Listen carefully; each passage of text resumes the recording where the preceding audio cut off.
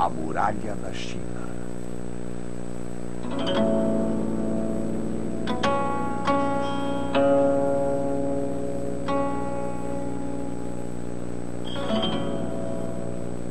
Do outro lado do mundo, um novo imperador projetou uma linha de pedra cortando a face da terra, que seria construída pelas mãos do homem em um enorme pedaço de terra.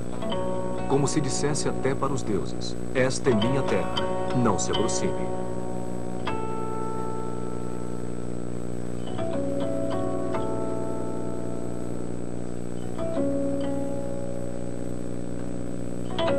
A dinastia Ming da China livrou-se finalmente do jugo dos mongóis, forçando os descendentes de Gengis Khan a se retirarem para as estepes do norte.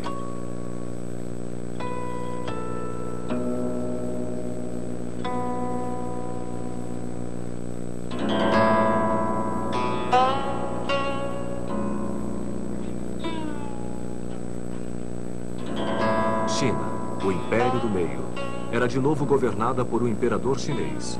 E para defender este império, foi ordenada a construção de uma gigantesca muralha que se estenderia do rio Yalu, da Baía da Coreia, até o selvagem deserto de Gobi. 4.800 quilômetros de tijolo e pedra, 8 metros de altura. A mais longa construção jamais realizada pelo homem e talvez a única estrutura visível do espaço.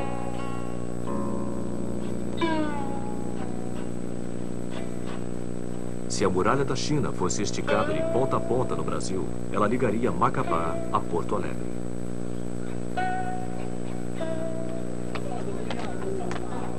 A Grande Muralha da China, que vemos hoje, é a mesma que foi construída durante a dinastia Ming, que começou antes mesmo do nascimento de Cristóvão Colombo no século XV. A ideia, no entanto, de construir uma parede em volta do Império do Meio data de 2000 anos antes, do século VIII a.C.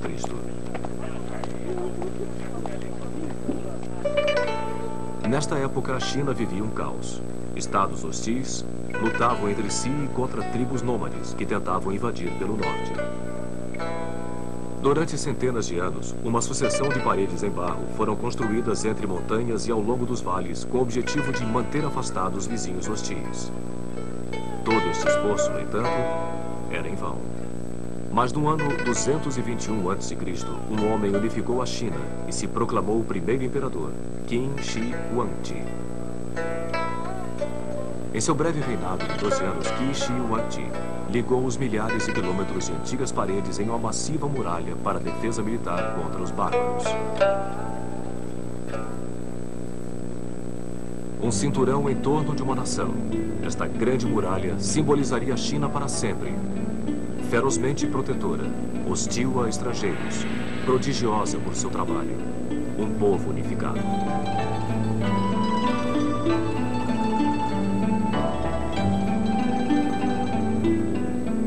A muralha de Qin Shi Huangdi deu aos chineses uma identidade nacional jamais vivida antes. E isto significava segurança. As fronteiras do norte logo atrairiam novos colonizadores e fazendeiros. Em sua sombra protetora, comerciantes se aventuravam por estradas que levavam ao oeste. Uma viagem pela região que viria a ser conhecida como a Rota da Seda, trazendo as riquezas do Oriente para a Índia, Pérsia e Roma.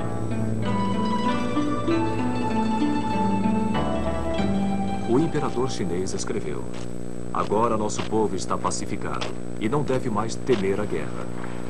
Os homens trabalham na terra, enquanto as mulheres estão engajadas em suas tarefas.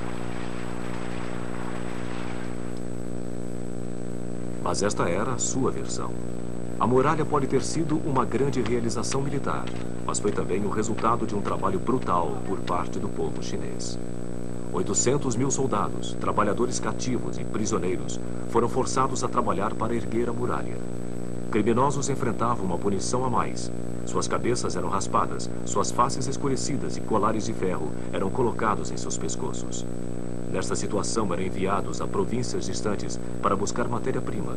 Um cronista escreveu: valas ao lado de estradas eram preenchidas com corpos de homens que foram forçados a ir para a construção da Grande Muralha.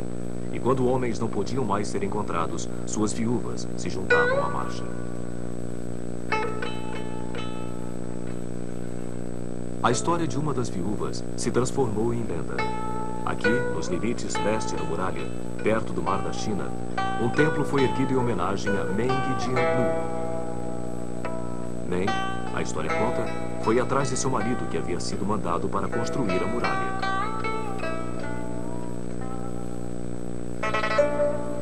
Quando ela soube que ele havia sido enterrado entre as barricadas, suas lágrimas fizeram a parede desmoronar. Desta forma, ela achou os ossos de seu marido e amaldiçoou o imperador. Denunciando a ordem autocrática do imperador, ela se tornou a voz simbólica do povo contra um onipotente opressor.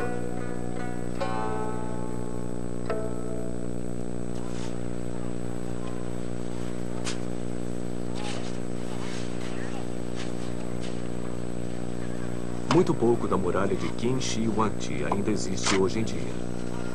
Esta fortificação de pedra é resultado de 200 anos contínuos de recuperação e obras durante a dinastia Ming. Este trabalho, por sua vez, está sendo restaurado em turnos ainda hoje.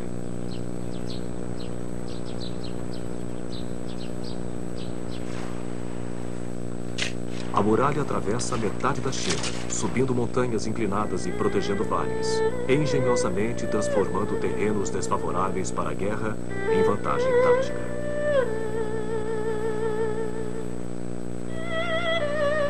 Em Shanhaiguan, uma fortaleza circular de 4 quilômetros quadrados olha o horizonte como se fosse a cabeça de um dragão deslizando em direção do mar. Um fosso de 8 metros de profundidade protege este portão chamado de o primeiro passo para o paraíso.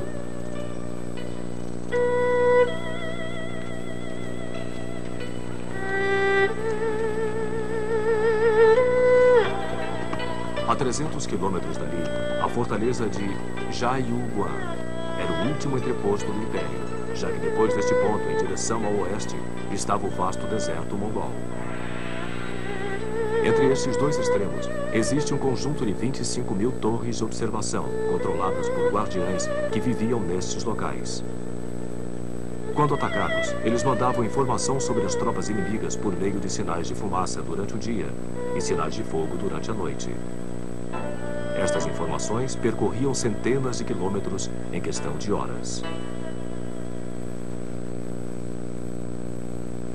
Perto de Beijing, a toda poderosa fortaleza de Badalin foi construída cercada por diversas camadas de paredes externas, grande o suficiente para acomodar 5 cavalos montados ou 10 homens de infantaria marchando lado a lado. Suas duas faces asseguram que a muralha poderia servir de defesa dos dois lados, não importando por onde fosse atacada. Apesar de a muralha ter resistido aos arcos e espadas dos mongóis e dos manchus, ela mal conseguiu sobreviver aos rompantes ideológicos de nosso tempo.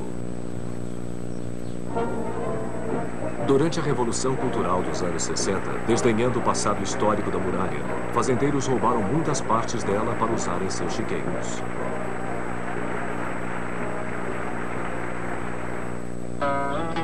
Mas hoje em dia a muralha foi restaurada, não apenas física, mas também figurativamente, de acordo com o papel que ela teve na história nacional da China. Ela novamente existe como uma linha definida, uma marca no terreno, testamento da idade de um povo e de seus ancestrais que a construíram.